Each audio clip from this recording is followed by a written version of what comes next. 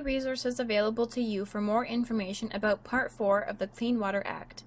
These resources are all available through the Clean Water Cataraqui website. The Part 4 Primer, Interactive Maps, and Restricted Land Use Information Sheets are some of the tools that could be useful during Part 4 policy implementation, and they can all be found on the Clean Water Cataraqui website.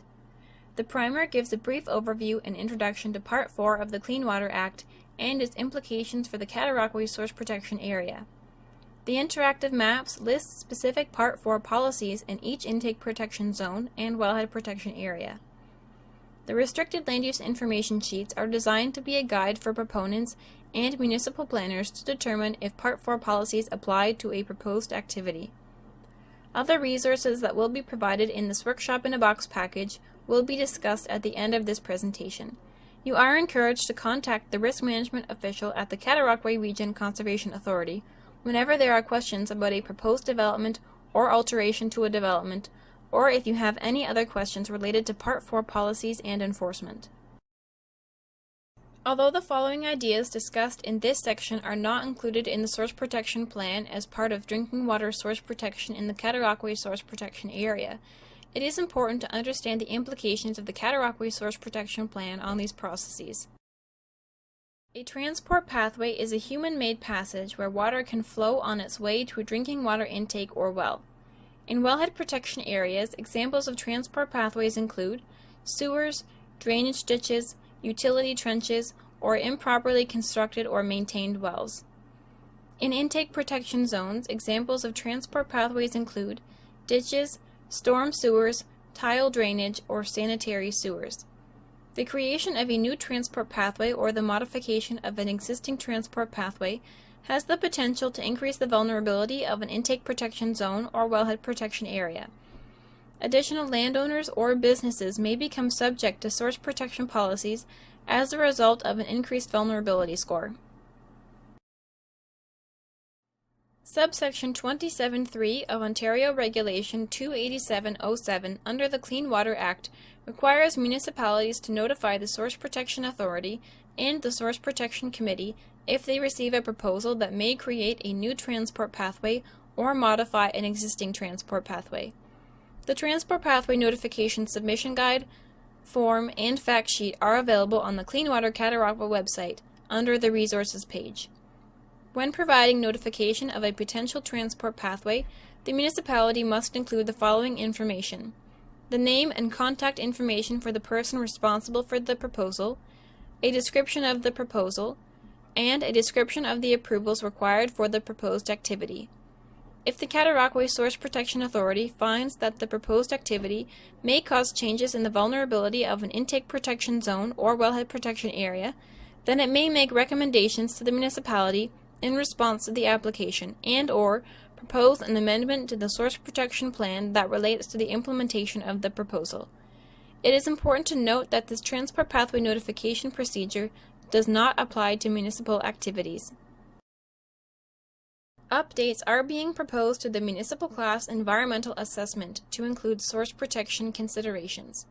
If a project is proposed in a vulnerable area and may pose a risk to drinking water, the project could be impacted by policies in the Source Protection Plan. The proposed project must take the Source Protection Plan policies into consideration during the project planning stage. Early on in the process of a Municipal Class Environmental Assessment, proponents must identify if a project could potentially occur within a vulnerable area and must document this consideration in the project file. If a project is proposed that may create new or alter existing vulnerable areas, i.e. for any proposed projects that will expand the use of existing or draw on a new source of municipal residential drinking water, source protection plans will need to be updated to incorporate these vulnerable areas. New or expanded vulnerable areas could cause additional landowners or businesses to become subject to policies in the Source Protection Plan. Therefore, it is recommended that the technical work required by the Clean Water Act to identify the vulnerable area and potential drinking water threats be undertaken concurrently with the Municipal Class Environmental Assessment. This will facilitate the assessment of potential impacts and allow a more comprehensive consultation process with potentially affected stakeholders. Coordinating this work will also expedite Source Protection Plan amendments to incorporate the new system or any changes to existing systems that may be required. It will also limit the likelihood of the municipal class environmental assessment proponents having to amend completed projects to reflect the technical work required by the Clean Water Act. To determine if the project could potentially occur within a vulnerable area, the municipality should refer to the interactive maps found on the Clean Water Cataraqui website and the Cataraqui Source Protection Plan to assess the location of the project in relation to vulnerable areas. For example, this air photo is provided through the interactive maps and will help to ensure adequate site location during project screening. To determine if the project could include significant threats to sources of drinking water, the municipality should review the Ministry of the Environment and Climate Change's table of drinking water threats shown on this slide, as well as the search tool developed by Upper Thames Conservation Authority, which is also shown here. Please note that the two images located at the top right of this slide are hyperlinks to the drinking water threat identification tools. Using these tools, you can search by vulnerable area to find out what activities are identified as a significant drinking water threat under the Clean Water Act. Once the threats associated with the proposed project have been identified, you can refer to the Cataraqui Source Protection Plan to find out which policies in the plan apply to the proposed project. Based on this information, the proposed project can be developed with the appropriate source protection considerations. Questions about source water protection in general, the Cataraqui Source Protection Plan, or Part 4 policies can all be directed to staff at the CRCA. Holly Evans is the lead risk management official at the CRCA. Aaron Murphy-Mills is the source protection assistant at the CRCA. Contact information for source protection staff is provided on this slide. The following is a quiz to confirm your understanding of the material that has been presented on both general source protection and Part 4 policies. The quiz will be brief and will include a range of questions on the presentation material, including true or false, multiple choice, and problem-solving questions. True or false? The Cataraqui Source Protection Plan has already been approved. True or false? The Cataraqui Source Protection Plan becomes effective March 31, 2015. True or false? Source protection is the last step to a multi-barrier approach to protecting municipal drinking water sources from contamination or overuse. True or false? Regionally sensitive groundwater areas account for more than 90% of the entire Cataraqui Source Protection Area. True or false? In the James W. King Intake Protection Zone, the drinking water is drawn from the St. Lawrence River. True or false? The Cataraqui Source Protection Area contains all or part of the 12 municipalities within the jurisdiction of the Cataraqui Region Conservation Authority.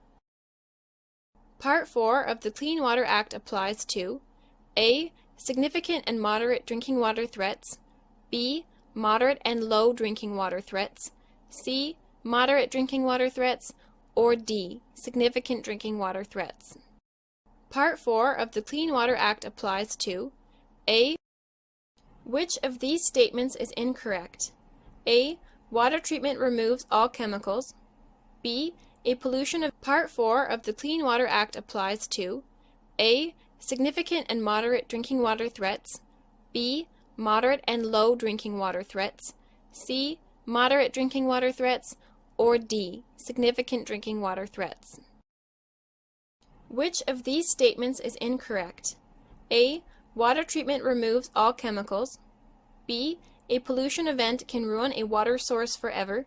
Or C. Protecting drinking water sources benefits the environment. The Cataraqui Source Protection Plan was developed by the A. Cataraqui Source Protection Planning Authority, B.